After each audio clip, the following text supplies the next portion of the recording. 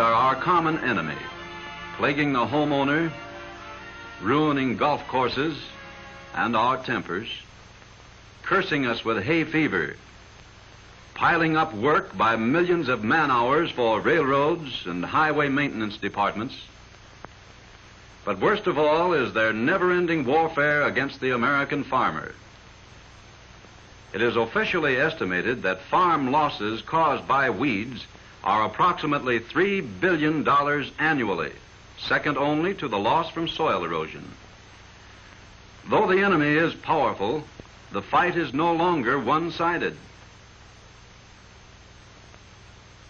For here at the Dow Chemical Company in Midland, Michigan, revolutionary chemical killers are being produced to help rid us of these costly pests.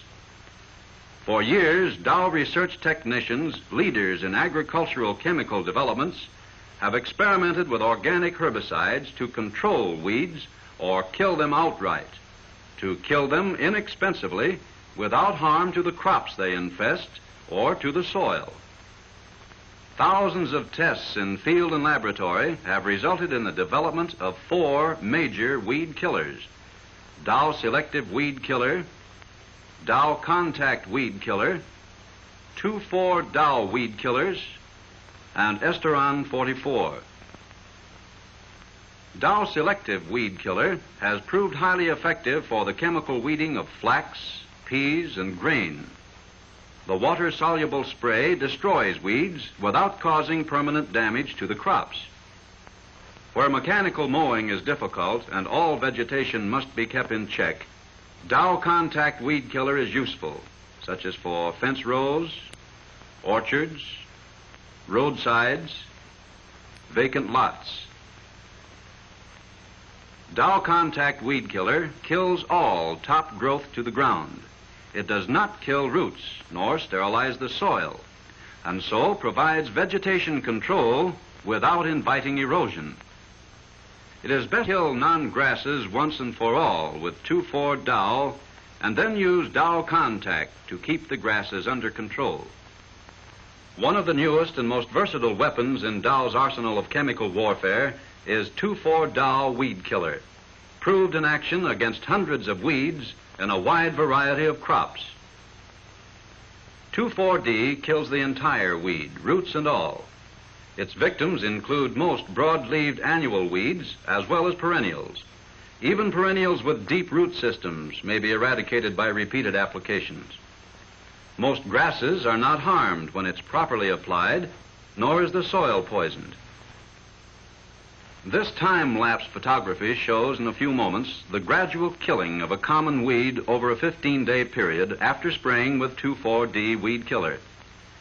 2,4-D is a growth regulator type of weed killer. The action is physiological, appearing to upset the plant's growth processes, causing modification and breakdown of its parts, and causing gradual but certain death. Dow set out to demonstrate the effectiveness of its chemical killers on a nationwide scale, on many kinds of weeds, under varying climatic conditions.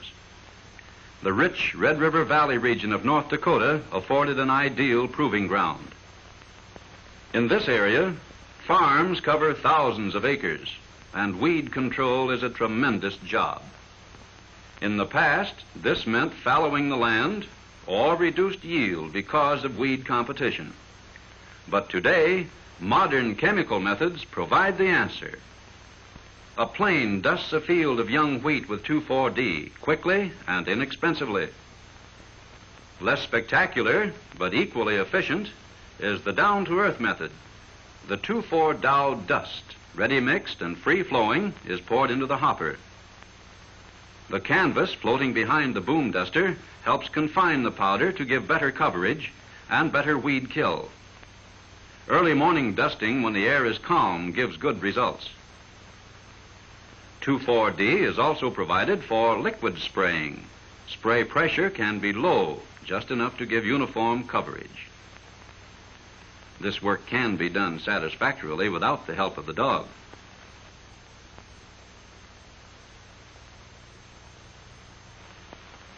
The plot at the left is shown 10 days after treatment. That at the right was untreated. Treatment stopped the growth of the weeds. The breakdown of weeds is gradual. In 2 to 4 weeks, the destruction of many weeds is complete. Left to itself, mustard can choke the life out of a growing wheat crop. These pictures, taken a month after treatment, give dramatic proof of 2,4-D's ability to control this weed. Note the sharp dividing lines between treated and untreated test areas. The wheat plant at right is from a treated area, the smaller one at left from an untreated one. Annual wild buckwheat, shown here, weighs down grain by its twining growth. It often causes considerable loss in yield and makes harvesting difficult. Here is an unsprayed plant. Treatment with a special 2,4-D dust results in stunted plants like these. Stunting of weed growth is often as effective as outright killing. This is sow thistle growing in wheat, a young plant and one about ready to bloom. In this plant, the growing point is killed after treatment with 2,4-D. This field of healthy wheat shows what can be accomplished through the proper application of 2,4-Dow weed killer. Dow Selective Weed Killer has proven very effective for selective spraying of pea fields. Spraying should be done on bright, warm days when the foliage is dry. It's best to avoid spraying when excessively hot or immediately after a prolonged rainy or cloudy period. The peas at the left of the scene have been treated and are almost free of weeds. Weeds are flourishing in the adjoining strip.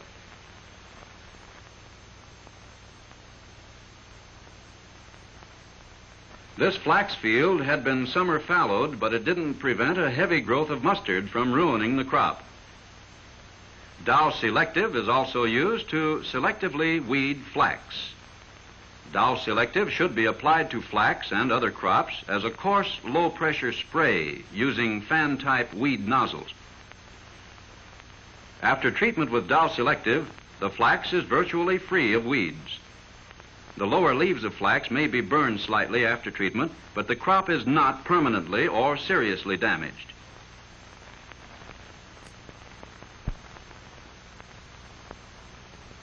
In California, killing weeds in the water-covered rice paddies had always been the toughest production problem, and the arrowhead lily one of the most troublesome weed pests.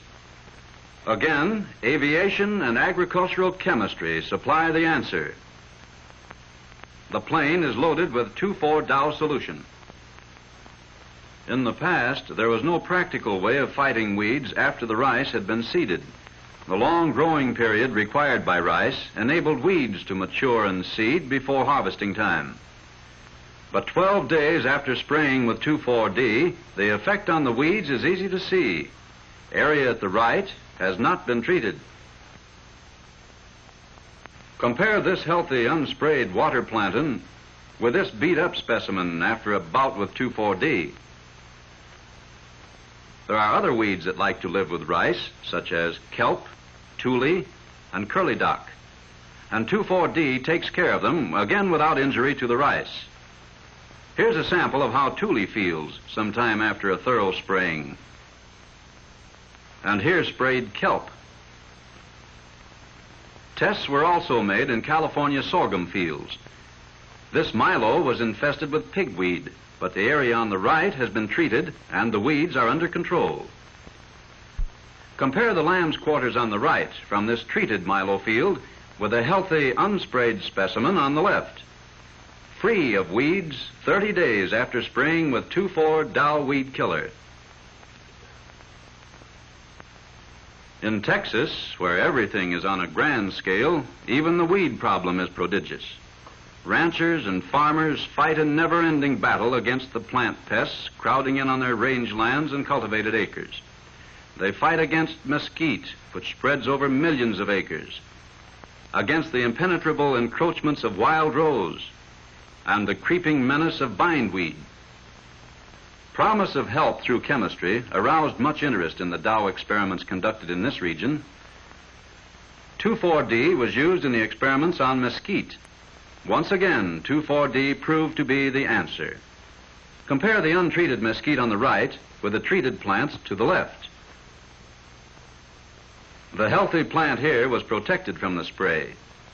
Esteron 44 does the best job on woody plants. A few new suckers may develop after the first treatment, and they should be sprayed again. Wild rose is beautiful to the eye, but Texans regard it as a major pest. One method of control is to rip it up with chains, but the roots remain in the ground to send up a new growth the following year. Chemical spraying points the way toward a more permanent control of this hardy, fast-spreading nuisance. 2,4-D kills roots and all. Several weeks after spraying, the dead, dried-out plants are ready for burning. And, fortunately, a 2,4-D sprayed range is not injurious to livestock grazing in treated areas.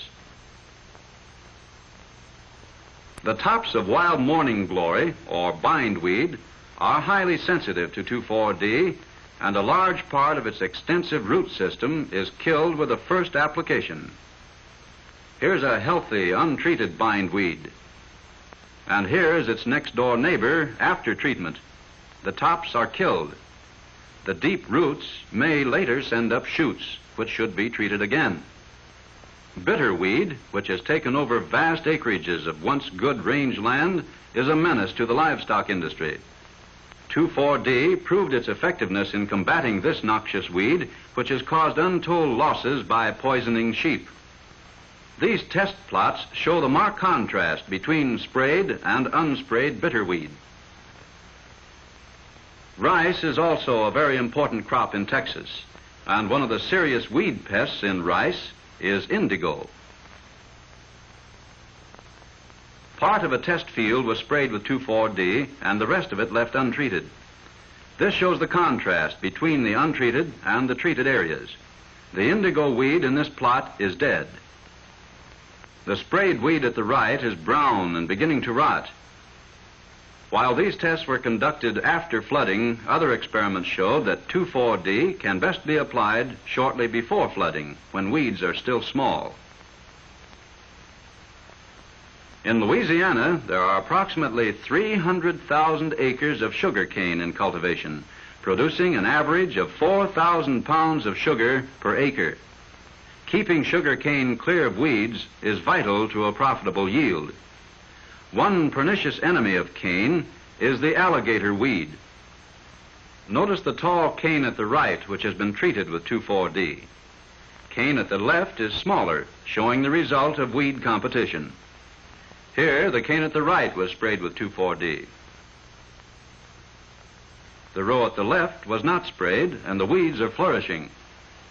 Weeds sprayed with 2,4-D don't often play return engagements. This field, for example, which was sprayed a year ago, is still relatively free of alligator weed. Tests have shown that spraying with 2,4-D results in a greater yield than 3 good hoeings during the growing season. One of the most serious weed problems in Louisiana and other states in the South is the control of water hyacinth, which has spread over thousands of miles of inland waterways, hampering navigation, destroying fish, and ruining farm and recreation areas. This aquatic pest, the water hyacinth, spreads with almost incredible speed. Within 15 years after a few of the beautiful plants had been introduced into this country from Venezuela, they had multiplied so alarmingly as to call for a government survey on methods of control. They propagate from seeds as well as from shoots, and in warm weather will double in area within 30 days. Thick, tangled mats of interlaced plants float on the water, blocking navigation and clogging drainage canals. An acre of these mats contains something like 600,000 plants and weighs more than 100 tons. It is estimated that the annual damage done by water hyacinth in Louisiana alone is more than $1 million. Several millions have been spent to date in mechanically controlling this weed pest. Crusher and shredder-type dredges are used to destroy the plant in navigable streams, but the destruction is only temporary. The plants grow back, and the cost of repeated mechanical treatment is high. Recently, the Louisiana State Department of Wildlife and Fisheries began experimenting with 2,4-D, and the results offer new hope in the battle for control. The plants in these treated areas are dying and will eventually sink to the bottom. Certain large areas of pest-ridden waterways can be treated from airplanes or power boats at a relatively low cost. Tests are continuing in all parts of the country, each one extending the list of victims for Dow's chemical weed killers. Power companies, for example, are experimenting with 2,4-D in eradicating many species of brush along power lines. Here, without 2,4-D, weeds and young brush flourish uncontrolled. Sprouting woody plants soon grow to tree size and then must be cut down before they damage the overhead wires. This heavy brush is the result of only 1 year's growth. It makes the line inspector's frequent trips more difficult. Notice the difference in this treated area. After treatment with Dow's Esteron 44, much of the brush is eliminated. Traveling throughout the plant structure and roots, this chemical weed killer leaves only shriveled leaves and pulpy, rotted roots. A single application of Esteron 44 to young suckers goes a long way toward their eradication. Here is poison ivy, a noxious woody plant that spreads rapidly. After a treatment with Esteron 44, poison ivy looks like this. Notice that the grass has not been damaged. Many woody species succumb to treatment. Here is sumac, sycamore, locust, wild cherry, sassafras. None of these look very healthy. If the brush has reached considerable height, it is best to first cut the plants down, but it need be done only once, not every year or two, as has been necessary in the past. Spraying the stumps is a promising method of application to kill the root system. If shoots appear later, they should be sprayed during their early growth period for complete eradication of the woody plants. Weeds have long been a problem on our nation's fine golf courses. After 2 years' usage, greenskeepers report excellent results with 2,4-Dow weed killer in clearing weeds from golf links and thereby improving the turf on fairways. Dandelions, one of the biggest nuisances to golfers and greenskeepers alike, are killed roots and all without harm to the turf. Dandelion, buckhorn, and plantain cannot resist 2,4-D. 10 days after treatment, most plants will be past any hope of recovery. This fair golfer is playing on a course that has not been treated. When her ball rolls into a clover growth, it's very hard to see. Her temper can be ruffled, and her game is delayed while the ball hides in the clover blossoms. This young lady is more fortunate. Just before blossom time, the greenskeeper sprayed with 2,4-D. Although the clover was not eradicated, blossoming was stopped, and her ball shows up clearly against the green turf.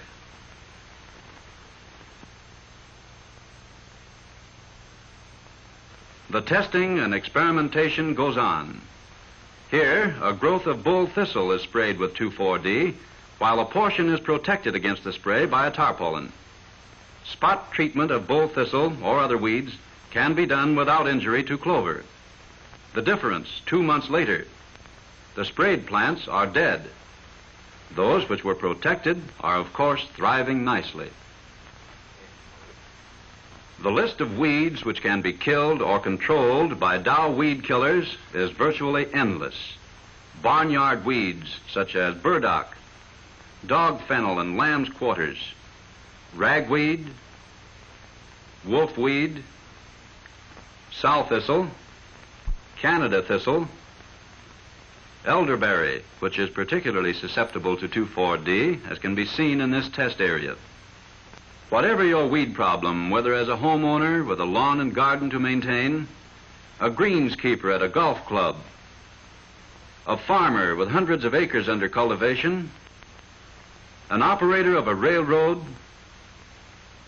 a sugar cane planter, or the operator of a public utility, Dow agricultural chemists have the answer.